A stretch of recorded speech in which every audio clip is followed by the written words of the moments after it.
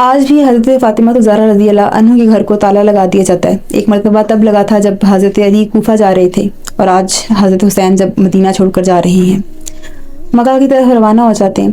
اب یہاں پر یہ چیز کلیئر کر لی جائے کہ کچھ لوگ کوشچن کرتے ہیں، وہ کوشچن نہیں کرتے، اصل میں وہ مسلمانوں میں مسائل مزید کریٹ کرنا چاہتے ہیں، تو کہتے ہیں کہ صحابہ کہاں تھے؟ تو یاد رکھیں کہ 72 لوگ جو کربلا میں پہنچے تھے، ان میں 21 کی تعداد تھی اہل بیت کی، باقی جو سارے تھے وہ صحابہ ہی کی اولادیں تھیں۔ حضرت حسین مکہ کی طرف چل دیے۔ اب وہاں پر پہنچتے ہیں تو وہاں سے کوفے سے خط آنے لگ جاتے ہیں، اور وہ خط ایسے نہیں تھے کہ 10-12 خط ہوں یا 20 خط ہوں، وہ اتنے خط تھے کہ وہ 3 بوریوں میں بھرے گئے، 3 بوریوں میں۔ کوفہ والے یہ کہہ رہے تھے کہ ہمارے پہ یزید مسلط ہو گئے اور آپ ہماری مدد کو نہیں آ رہے، ہم تو روز محشر اللہ کو شکایت لگائیں گے کہ ہماری مدد کے لیے کوئی آیا ہی نہیں۔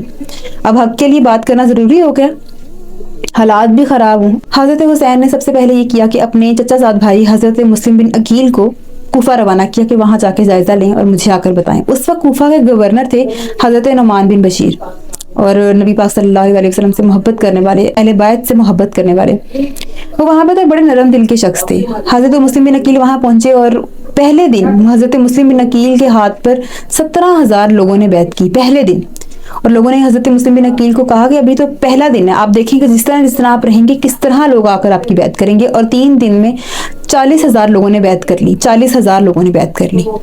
اب یہاں پر یزید کو ظاہر سی بات ہے خط لکھا گیا، جو اس کے وہاں پر جاسوس پھر رہے تھے یا حکومت میں کچھ لوگ تھے، انہوں نے خط لکھا کہ یہاں پہ اگر آپ نے سختی نہ کی، کیونکہ کوفہ کے گورنر ہیں حضرت نعمان بن بشیر، بڑے نرم دل کے ہیں، تو ہمیں تو یہ نظر آ رہا ہے کہ حضرت نعمان کی جگہ حضرت مسلم بن عقیل گورنر ہاؤس پر قبضہ کر لیں گے، تو کوئی سخت آدمی بھیجیں۔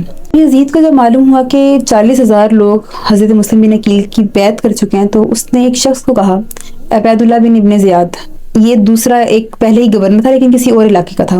یزید نے خط لکھا کہ ابھی تمہارے پاس ایک صوبہ، دوسرا صوبہ بھی تمہیں سونپ رہا ہوں، لیکن حضرت مسلم بن عقیل کو وہاں سے ساری ڈیٹیل بتائی کہ ان کو یہاں سے بھیجا جائے اور یہ سارا معاملہ کلیئر کیا جائے۔ 40,000 لوگ ہیں، یا تو ان کو سزائیں دو یا ان کو قتل کر دو، جس طرح بھی ہو، حضرت مسلم بن عقیل کے ساتھ کوئی نہیں رہنا چاہیے۔ اب یہ شخص خلیہ بدل کر جبہ پہنا، امامہ پہنا، اور آ گیا کوفے کے اندر۔ کچھ لوگوں نے سوچا کہ حضرت امام حسین آ گیا، لوگوں نے نعرے بھی لگائے، اور یہاں پر آ کے اس نے سب سے پہلے گورنر ہاؤس پر قبضہ کیا، اور جتنے لوگ تھے قبیلے کے سرداروں کو بلایا، کچھ کو سخت سزائیں دی، کچھ کو سخت باتیں کی، کچھ کو بلیک میل کیا، تو جس طرح سے قابو آ سکتا تھا اس نے وہی طریقے اپنائے۔ یہاں پہ حضرت مسلم بن عقیل جب ظہر کی نماز پڑھا رہے تھے تو 7-8 ہزار بندہ تھا جو نماز پڑھ رہا تھا، لیکن جب مغرب کی نماز ادا کر رہے تھے تو 2-3 ہزار رہ گیا۔ اب یہاں پر یہ چیز ایک مسئلہ ہے بڑا، یہ سمجھ لیں۔ تو کچھ لوگ جب نماز پڑھ رہے تھے نا مغرب کی، تو انہوں نے ہاتھ چھوڑ دیے۔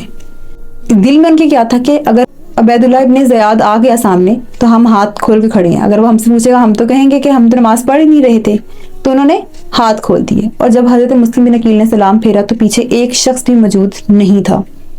حضرت مسلم بن عقیل کو گرفتار کیا گیا۔ حضرت مسلم بن عقیل کو ایک کوفہ کا اونچا مینار ہے اس پر لے گئے اور ان کو وہاں سے نیچے پھینک دیا۔ لیکن اس سے پہلے حضرت مسلم بن عقیل حضرت امام حسین کو ایک رات پہلے خط لکھ چکے تھے کہ یہاں پہ سب کچھ بہتر ہے، 40,000 لوگ بیعت کر چکے ہیں، آپ تشریف لے آئیں۔ لیکن اب وقت بھی نہیں تھا کہ بتایا جاتا ہے کہ حضرت امام حسین کو کہ آپ یہاں نہ آئیں، کہ یہاں کے لوگ تو دھوکے باز نکلے۔